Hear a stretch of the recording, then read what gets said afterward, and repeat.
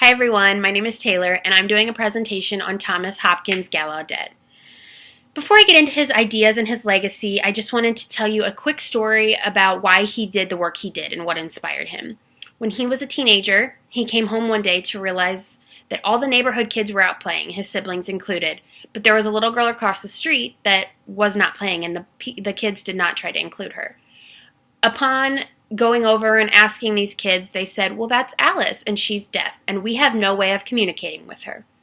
So Thomas himself was kind of upset by this, and he went over and tried to communicate with her himself, only to find out it was kind of hard because they didn't have a mutually understood form of communication.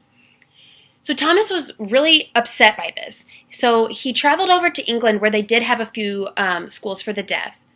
And he inquired, what do you guys teach them? What do you teach? And he was kind of upset to find out that they rely heavily on teaching the children to read lips and to rely on written language. This didn't satisfy it for Gallaudet. So he traveled to France where he met a man named Laurent Clark. Laurent Clark was fluent in a form of natural sign, which was French Sign Language. Now, he started working with Laurent Clark and they came to America. Together, they opened the first American school for the deaf in 1817. Their program of natural sign that they put together is what we now know today as American Sign Language. And not only did he create this form of communication, but he had some really good ideas about how to implement it in the education of the deaf. First off, there was an idea at the time that teaching a form of sign language to these children with hearing impairments would later impair their reading and writing skills. Now, Gallaudet did not agree with this. His view was that children needed a form of communication in order to learn these skills. Also, he said that in order for a child to learn at all and to be effective in school, they needed to have a mutually understood form of communication with their teachers and peers.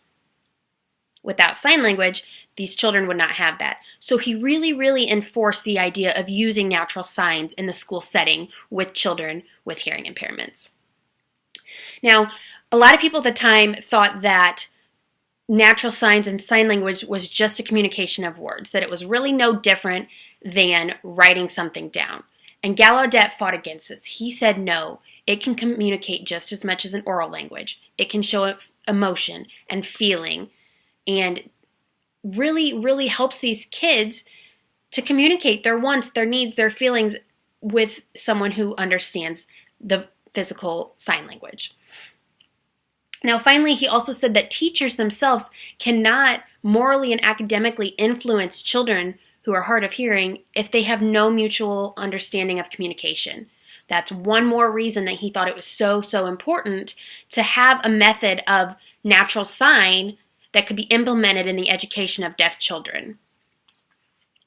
Now, not only did he start this school for the deaf, but his son was so inspired by what his father did that Edward Gallaudet ended up going to Washington, D.C., where he opened the first college for the deaf in America. So his legacy in education, is the first creation of a school for the deaf, a place where these kids can go to learn, because before that, they weren't getting an education.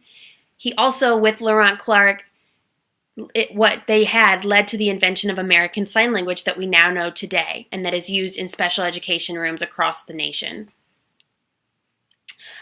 He also was kind of responsible for changing society's views about those who are hard of hearing or have a hearing impairment. At the time, it was thought that these children were not even capable of learning, and so it was pointless to send them to school. Through Gallaudet's work in the field of academia with these children, he showed all of society that these children are just as capable as any other children.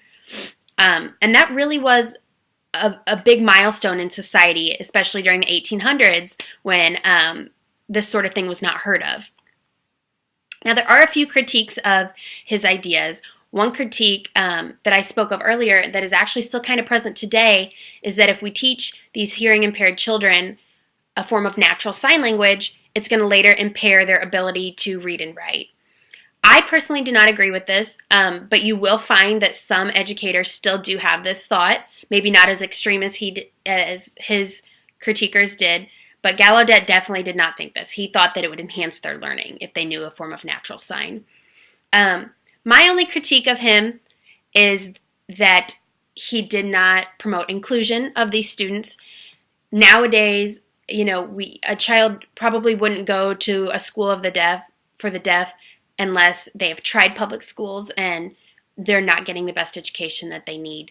Granted, I know it's a difference in time. Back then, special education really wasn't a thing at all, and neither was inclusion. So my only critique was that, he did create these secluded schools for these children where today I would like to see more including these children in a regular classroom in a public school with peers their own age. But other than that, I was very intrigued looking into Thomas Gallaudet and his legacy. And I think we all have a lot to learn from his ideas. Thank you for listening.